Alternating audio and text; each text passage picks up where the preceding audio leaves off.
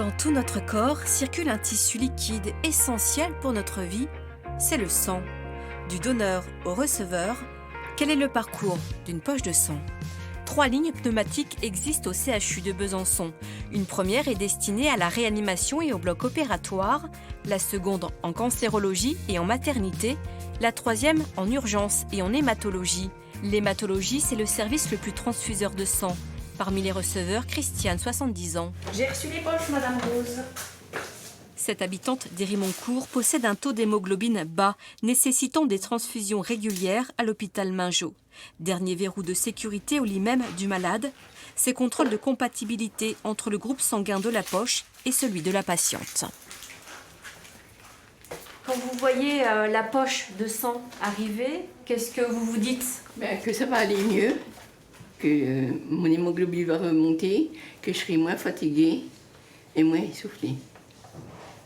Pour moi, c'est quelque chose de miraculeux parce que mes piqûres ne me disaient plus rien. Alors, on est arrivé aux poches de sang. Chaque semaine, 80 poches sont transfusées dans le service du docteur Dinguindo. Les maladies qui nécessitent le plus souvent des transfusions sont les myélodysplasies, les leucémies aiguës, qui sont vraiment des maladies définies par un problème de production de cellules du sang. Mais on transfuse aussi d'autres maladies comme des lymphomes, des myélomes, et puis certains patients qui ont des cancers solides, qui parfois reçoivent des chimiothérapies qui freinent la production des globules rouges. Chaque être humain possède environ 5 litres de sang, variable selon le poids, la taille et le sexe de l'individu. Le sang, il se régénère puisque donc il est fabriqué dans la moelle osseuse, et tous les jours, il y a plusieurs milliards de cellules sanguines qui sont produites par jour. Donc c'est une usine qui travaille intensément chez l'homme. Aucun produit n'est capable de se substituer aux produits sanguins, d'où l'importance de donner régulièrement, et quel que soit le groupe auquel vous appartenez, A, B, O, AB+, AB-. Le résus O est universel, c'est celui utilisé lors des accidents de la route. En fonction de l'origine du donneur, eh bien, on peut avoir des groupes qui sont par exemple pas du tout fréquents en France par exemple, mais qui peuvent l'être beaucoup plus en Asie par exemple. Donc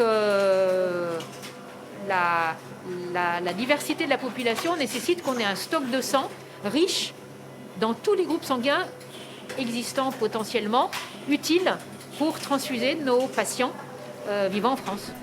En France, les personnes peuvent donner jusqu'à la veille de leurs 71 ans et doivent peser plus de 50 kilos.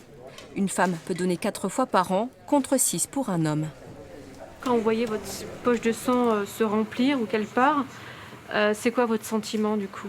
C'est qu'elle va servir à quelqu'un pour un espoir et puis peut-être une guérison. On sait qu'il y a beaucoup de gens qui sont confrontés aux leucémies, et notamment les enfants, c'est ça qui touche le plus, malgré que la maladie pour tout le monde n'est pas sympa. Mais quand on voit que des enfants sont touchés, si par ce biais on peut les aider, c'est tout bénef, c'est gagné. Je remercie le donneur parce que c'est important de se dire que c'est peut-être en y allant une fois qu'on va peut-être sauver peut-être plusieurs vies. Donc c'est important de prendre 2 minutes quand on voit une publicité, quand on voit une affiche, d'arrêter de repousser l'échéance et puis de se dire pourquoi pas y aller maintenant. Pour soigner les malades, la région Franche-Comté a besoin de 600 poches de sang chaque jour. Un receveur comme Christine ou Laure a 100% de chance de recevoir le sang d'un franc-comtois, peut-être le vôtre.